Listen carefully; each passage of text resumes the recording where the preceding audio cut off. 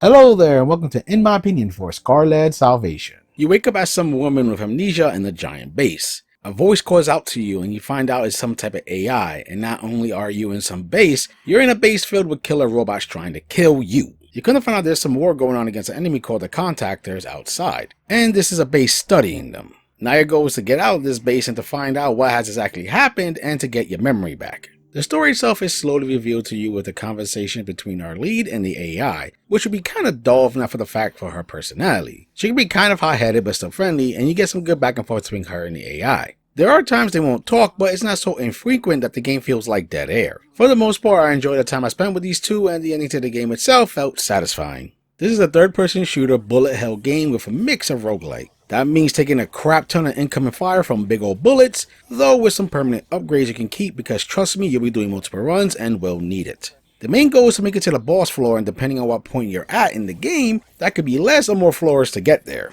The core gameplay is actually pretty fun, and I enjoyed myself shooting at the robo enemies. You can equip two weapons to change in between with their own stats and function. Like you have a submachine gun that can shoot ridiculously fast but has short range, or a sniper which hits hard but takes a long time to reload. So you have to take that into account. I do like that say if you shoot your sniper and have to reload, you can switch to your second weapon to have some type of defense, while the sniper is reloading off screen. It's a good way to keep the combat flowing. You also have a meter called the Exoforce at the bottom of the screen that's split into sections. And when at least one of those sections is filled up, you can activate basically a super mode called Onslaught, making you faster, stronger, and immune to damage. This meter charges up when you attack, be it guns or your simple melee, and dodging at the right time as well. You can even use that melee to also parry incoming bullets that help charge it. Though if you get hit, the meter decreases, so it's all about keeping yourself moving and attacking. Now, I will say this game lures you into a false sense of security for a while, since you'll be tearing through these robot menaces like nothing at the start. Though after your first boss fight, which starts to show a little of the game's teeth, things will get harder, and you may get caught off guard when you start to lose your armor, which is your first barrier of health, and then your health starts to drain, and your tight suit starts to peel off. If you do die, you'll be spawned at the hub spot where the game started, healed and armored up with some guns to pick from. The game does throw you a bone since a retry portal will be there to start you off in whatever floor you died on, and if you died at a boss, you can retry that boss fight as well. As mentioned, you're allowed to carry two weapons, and these weapons do have levels to them and you can upgrade them. To do so, all you gotta do is blow up robots for their game's currency, and once you reach the end of the floor, you're allowed to put money into your weapons, raising their stats with them usually hitting a big boost at certain levels. The weapons are found in random rooms with no enemies, and the game does let you see their level and stats before you pick them up. And you can try them if you're curious and just drop them if you don't like them. Also, depending on what zone you're up to, the weapons start off with higher levels. So let's say you upgrade a weapon to be like, I don't know, level 10 plus. If you die and lose it, later on there's a chance you can find the same weapon maybe close to the level you had before. Yes, I did say lose, as if you die, whatever weapon you're holding is the one you lose. But you do keep your other gun, so that's something you have to keep in mind during combat. The other use for your currency is buying items, and since all the rooms are random, there are moments where a portal will be there. The portal can take you to other random rooms that can have such things as a free level up for your weapon, health, other weapons to buy, lore letters that help give a little more detail to the world, and finally a free life which comes in handy, especially for later on in boss fights, as when you die it will instantly bring you back with full health but won't give you your armor back. There's also a chance that the portal will send you to a room filled with enemies and you can't get out till you kill them, so keep on your toes. Thankfully the game has a map, and if you're at the end of the floor you can check if you're missing a few spots if you want to go back for anything.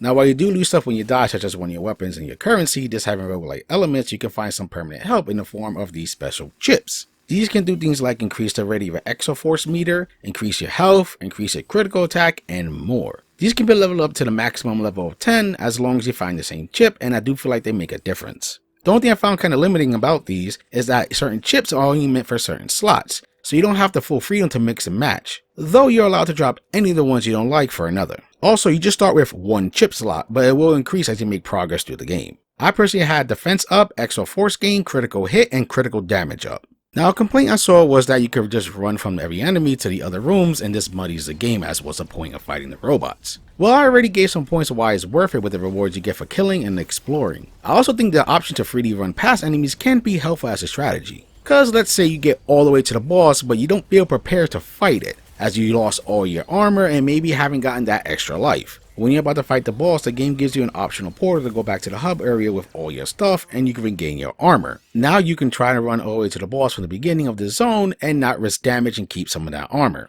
There is a true ending to this game, and it comes with your second run after beating the third boss. More story is revealed after doing so, and now you must collect a key in each zone. So that's 3, which is in a random spot in the map, which means you gotta make sure you check every inch of the floors until you get the key for that zone. Don't worry, once you get it, you can't lose it. The game also makes it super obvious when you find it. And some of the other stuff that changed during this run is new enemies are added and they hit harder, and the bosses get an upgrade as well. After you beat the game, you can do another run if you want to pick up logs you missed. Also, this run picks up from the second run point. Okay, this is where the game fumbles to me, but I'll start with some positives. First of all, I like our lead's design, and while we do get some fan service as her armor peels off, I do prefer her full armor look as it looks badass to me. The English voice work is really well done by her and the AI companion, which helped me not get annoyed with their interactions. And there's a Japanese audio option as well if you want that. Now my negative, starting off with the level design, as it's really dull. We just got a bunch of hallways, and the change to the new zones is just some red with fire and blue with ice. I would have liked some more mix-ups here, especially since you do have to get through a lot of floors.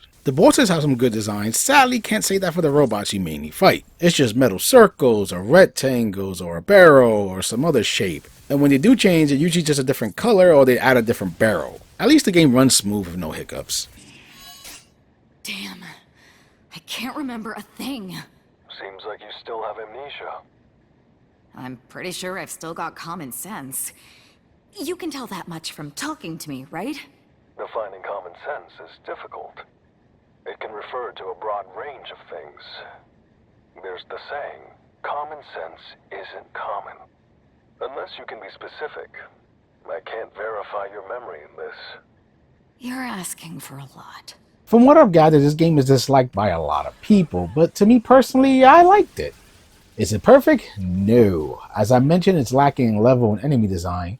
Though that aside, I found the combat to be fun and I liked the characters' interactions. It took me about 18 hours to fully complete the game, as in getting the true ending. And replay value comes from if you want to do a harder run and collect any of the logs you missed. It ain't the salvation of gaming, but if anything that I've said and shown you makes you curious, it's at least worth a try. I hope you enjoy my thoughts in this game, and for gamer's sake, keep gaming.